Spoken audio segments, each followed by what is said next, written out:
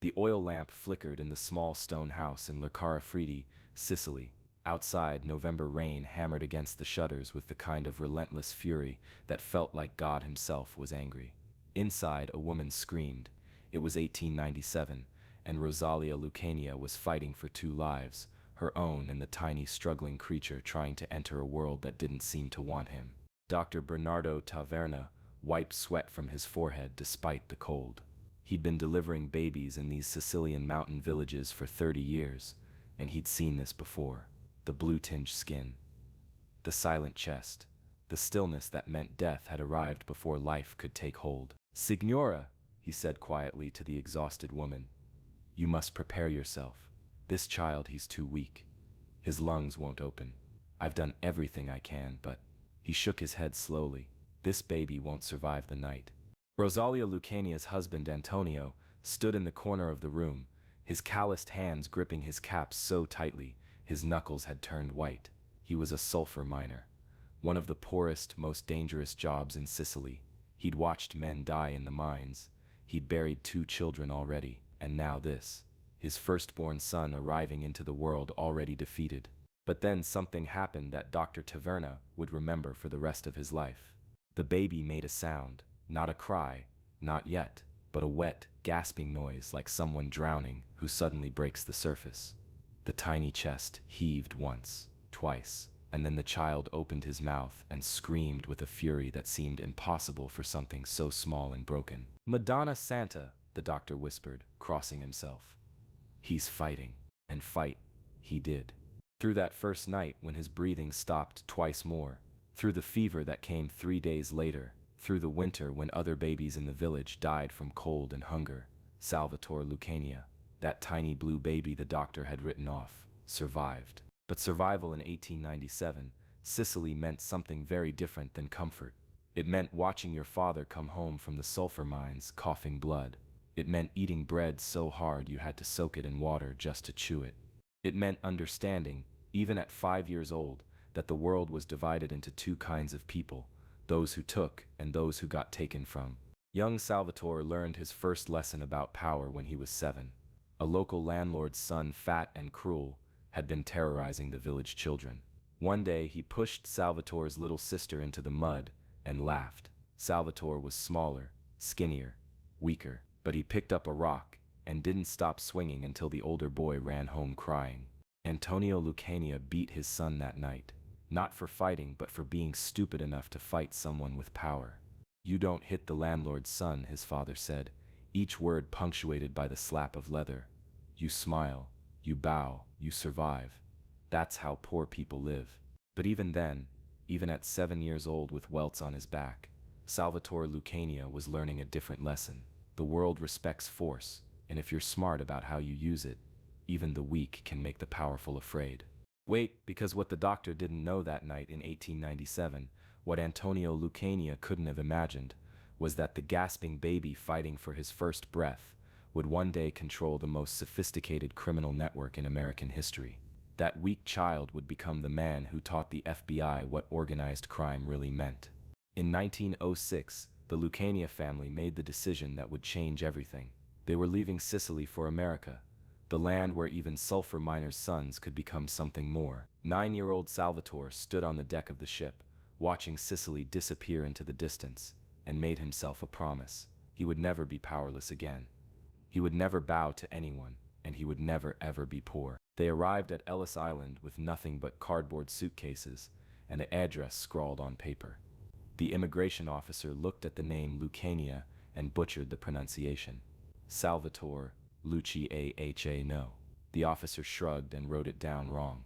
And just like that, Salvatore Lucania became Charlie Lucky Luciano, though the lucky part wouldn't come until later, and it would be soaked in blood.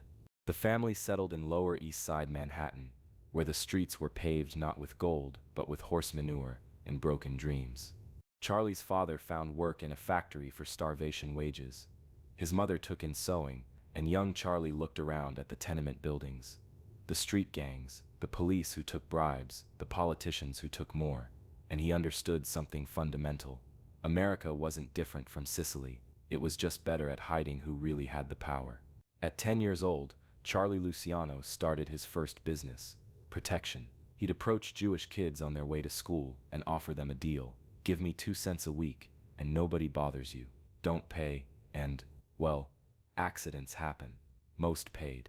The ones who didn't learned why. One kid refused. Meyer Lansky, a skinny Jewish boy with eyes too smart for his age and fists too quick for his size. When Charlie's boys tried to teach him a lesson, Meyer sent 2 of them home bleeding. Charlie himself went to settle it, and the 2 boys fought for 20 minutes in an alley, neither one backing down, both too stubborn to quit even when they could barely stand. They stopped when they realized they were laughing. The fight ended, and a partnership began that would reshape American crime forever. Because Charlie Luciano had just learned his second great lesson. The smartest move isn't always beating your enemy. Sometimes it's making him your partner. But here's what's important. What separates this from every other street kid story you've heard. Charlie didn't just want to be another gang leader fighting over street corners. He watched. He studied. He saw how the Irish gangs fought the Italian gangs fought the Jewish gangs, all of them killing each other over scraps, while the real power, the politicians, the police captains, the businessmen, sat back and counted money. We're idiots, Charlie told Meyer one night when they were 15, sitting on a fire escape watching 2 gangs beat each other bloody over a numbers racket. We're fighting each other while they're robbing us all. What if we stopped fighting each other and started working together? Meyer looked at him like he'd suggested flying to the moon. Italians and Jews, Irish and Italians, Charlie, your own people would kill you for even saying that. Maybe, Charlie said, that calculating look already forming in his eyes.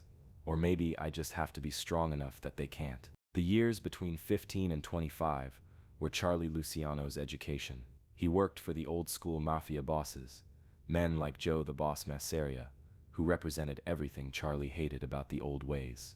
Masseria believed in loyalty to Sicily, in Italian purity, in the ancient codes that kept the families separate and weak.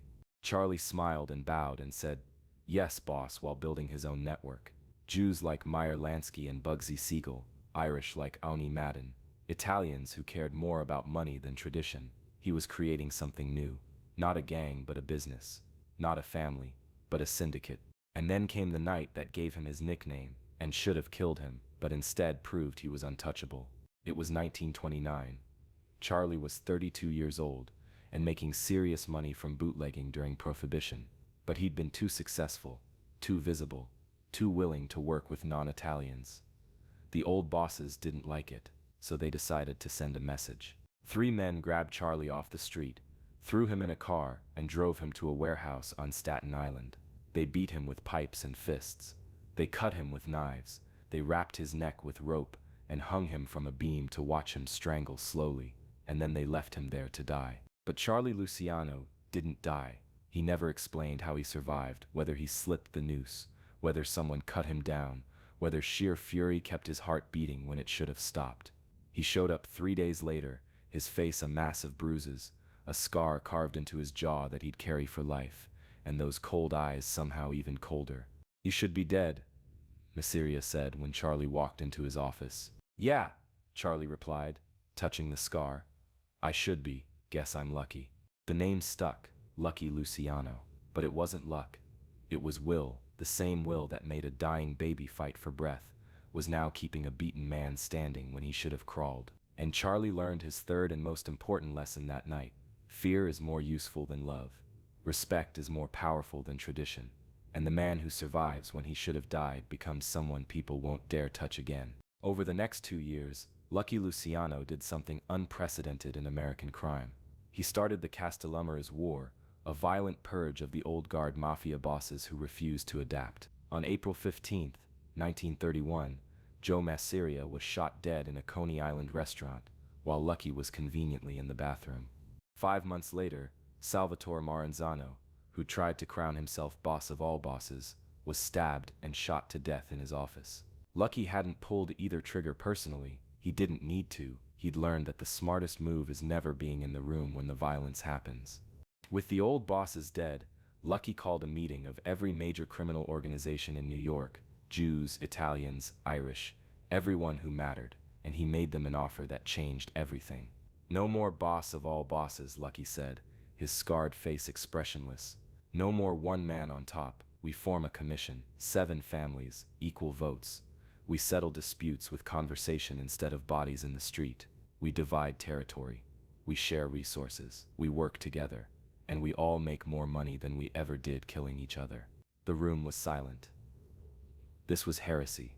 This violated everything the old Mafia stood for. But Lucky wasn't asking. The bodies were still warm, and everyone in that room knew that Lucky Luciano had just survived being murdered, killed the most powerful bosses in New York, and was standing in front of them offering a deal instead of a war. They agreed because they were terrified, and because he was right. The commission was born. Modern organized crime was born.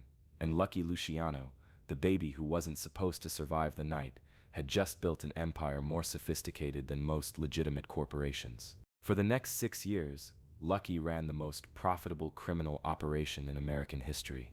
He controlled labor unions, garbage collection, the docks, construction, gambling, prostitution, but he did it quietly. No flashy suits, no newspaper interviews, no look at me, I'm the boss, nonsense. He'd learned from watching the ones who died. The most dangerous man is the one nobody sees coming. But power that big attracts attention that big. In 1936, an ambitious prosecutor named Thomas Dewey built a case against Lucky for running prostitution rings.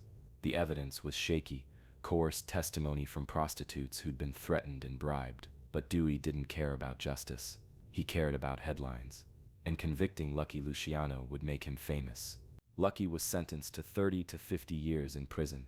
The judge called him a depraved criminal and a danger to society. The newspapers celebrated. The FBI added his name to their list of most dangerous criminals. And Lucky Luciano, who'd built an empire on staying invisible, was suddenly the most famous gangster in America. He was sent to Clinton Correctional Facility, a maximum security prison in upstate New York. The warden told him on his first day, "You're just another inmate here, Luciano. Your money and your power don't mean anything behind these walls." Lucky smiled that cold smile and said nothing, because he knew something the warden didn't. Power isn't about where you are, it's about who's still listening. Even from prison, Lucky ran the commission. Messages were smuggled in and out. Lawyers visited with instructions. Decisions were made in coded conversations during visiting hours. The empire didn't collapse. It just learned to operate with its emperor in exile. And then came World War II, and Lucky Luciano did something that would have been unthinkable for the old bosses. He helped the government. The US Navy was worried about German sabotage on the New York docks that Lucky's people controlled. Naval intelligence made a deal. Lucky would use his influence to keep the docks secure and prevent sabotage. In exchange, they'd consider reducing his sentence. Lucky kept his word. Not a single act of German sabotage occurred on the New York waterfront during the entire war. When the Allies invaded Sicily in 1943, Lucky provided intelligence and contacts that helped the military navigate the island. The baby from Lercara, who'd left Sicily as a powerless 9-year-old, was now helping conquer it from a prison cell in New York. In 1946, Governor Dewey, the same prosecutor who'd convicted him, commuted Lucky's sentence on the condition that he be deported to Italy. Lucky agreed. He was tired. He was 50 years old. He'd built an empire, survived murder, run a criminal network from prison, and helped win a war. On February 9, 1946, Lucky Luciano was put on a ship to Italy. The FBI agents who escorted him to the dock looked at this scarred, quiet man and couldn't reconcile him with the reputation. He looked like a tired, middle-aged businessman, not the most dangerous man alive, their files claimed. But one agent, a young man named William King, asked Lucky a question as they waited for the ship to depart. Was it worth it? All of it? Lucky looked at him with those cold, calculating eyes, the same eyes that had opened in a Sicilian bedroom 50 years earlier when everyone thought he was dead. "Kid," he said. "The doctor told my mother I wouldn't survive the night. 50 years later, the FBI calls me the most dangerous man in America. You tell me, was it worth it?" Lucky Luciano lived in Italy for 16 more years, technically in exile, but still running operations, still making decisions, still the quiet voice that shaped American organized crime. He died of a heart attack in Naples airport in 1962, waiting to meet a Hollywood producer who wanted to make a movie about his life. The FBI file on him was 3,000 pages long. The commission he'd created still exists today. The methods he pioneered, cooperation between ethnic groups, corporate structure, settling disputes through negotiation instead of violence, became the blueprint for modern organized crime worldwide. But here's what the FBI files never captured, what the newspaper headlines never understood, what even the men who worked for him never fully grasped. Lucky Luciano wasn't driven by greed or violence or power for its own sake. He was driven by the memory of being that dying baby, that powerless child, that immigrant kid who watched his father bow to landlords and bosses and police. Every empire he built, every enemy he destroyed, every system he created, it all came from one fundamental drive: never be powerless again. Never bow.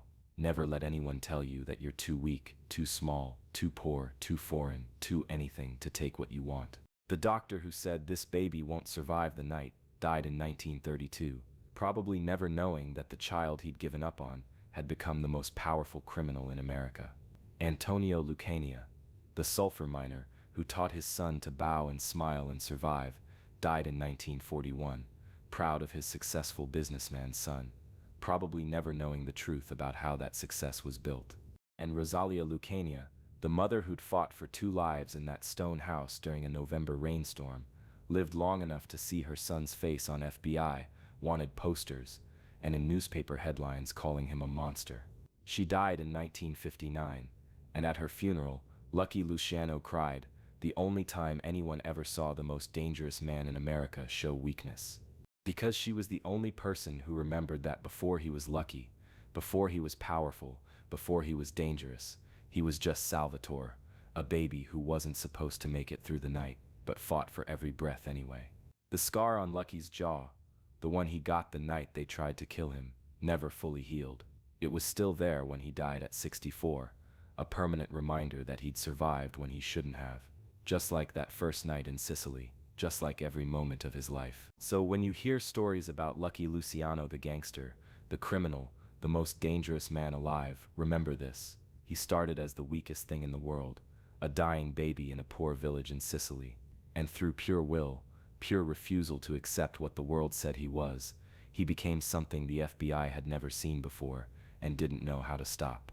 That's not a story about crime. That's a story about what happens when someone who's supposed to die decides they'd rather terrify the world instead. The doctor was wrong. The baby survived the night, and 50 years later, the FBI was still trying to survive him.